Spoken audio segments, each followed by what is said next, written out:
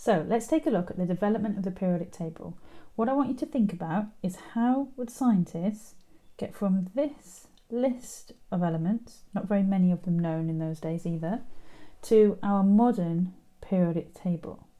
And what you need to understand is that they went via this table here, which is Dmitry Mendeleev's table. So Dmitry Mendeleev organised these elements, and let's have a look at how he did that. So first of all, the first thing that we need to know about Mendeleev's table is that it's in order of atomic weight.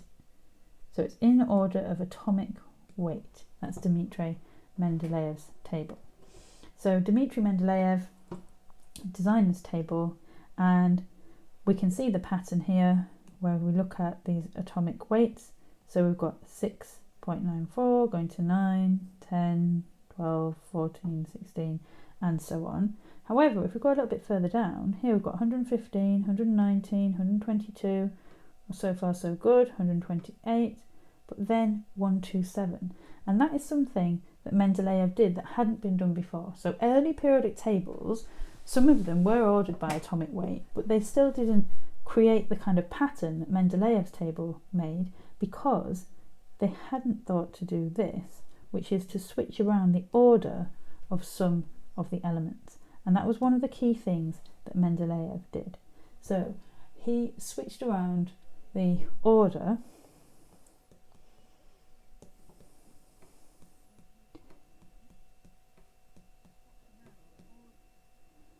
of some elements so that they weren't following that atomic weight pattern, but so that they fit the pattern of properties, having similar properties, similar reactivity, that kind of thing. And we can see there, that's what he did here with tellurium and iodine. Something else that we can notice on this table from Mendeleev is these gaps. So we've got a number of gaps in the table, and these gaps here were important. Let's note those up there. They were important because they allowed some later elements that were later discovered to fit in. But Mendeleev was different to all of the other scientists because he suggested that this would happen. So he left gaps for elements that he thought had not been discovered. So Mendeleev's table left gaps for elements that Mendeleev thought had not been discovered. So he was really predicting that these things would be discovered and that they would have these properties. And sure enough, in a number of cases, things were discovered that then did fit into the gaps that he'd left in his periodic table. So this is a key point of Mendeleev's periodic table. However, it's still not the same as the modern periodic table. So let's have a look at the modern periodic table, and we'll see one of the key differences. Well, first of all, we can see that we've only got one element per box, which is something that on Mendeleev's table we didn't have. But more importantly than that, if we have a look here at the relative atomic mass, so that's on the top, we can see that if we go down to tellurium and iodine, as we've just seen on the other table, they are still switched around. So it doesn't follow the order of relative atomic mass. However, if we take a look then at proton number or atomic number, 52, 53, it does fit. We'll see the same here with argon. If we go from 18 down there to 19, whereas if we were to follow the atomic mass, we'd be going 40 down to 39. So in the modern periodic table, the elements are arranged in order of atomic number or proton number. So they are ordered by atomic number.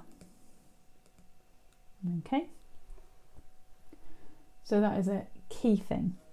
We can also use this table to think about groups.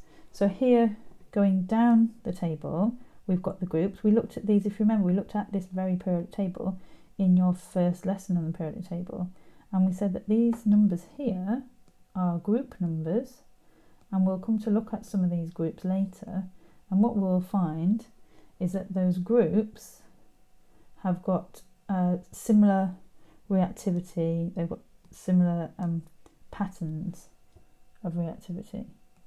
So those are the groups. And then going across the periodic table, that is known as the periods. So we've got period 1 here, so don't forget that, hydrogen going across to helium. Then this is period 2, period 3, 4, 5, and so on. And so going across, the rows are called periods. And within those periods, we will see the pattern repeats as we go across. So if we look at this period here, we've got these reactive sodium on this side and the very unreactive argon on this side. And then in this period below it, we've got the reactive potassium here and the very unreactive krypton here. So what we're seeing is that the similar properties are occurring at these regular intervals. So we've had a look at how initially scientists started with a small number of elements. They ordered them in order of atomic weight, but it didn't really quite fit.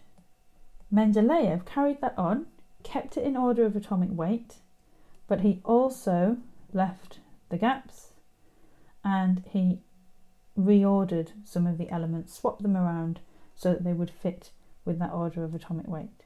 And then finally, with our modern periodic table, things make a lot more sense now because it is in order of proton number or atomic number. You can use either of those phrases in your exam. I find it easier to say proton number because then I don't get confused with atomic mass, because otherwise we've got atomic in both of our phrases. So I'm going to say it's in order of proton number. So if you haven't already, if you go on to Show My Homework, you will find there's a PDF there, History of the Periodic Table Key Points, which repeats some of the things I've said here, and I'd like you to try and make a little summary just on one side of A4, just to combine these ideas together that we've just seen about Mendeleev's table and then the modern periodic table.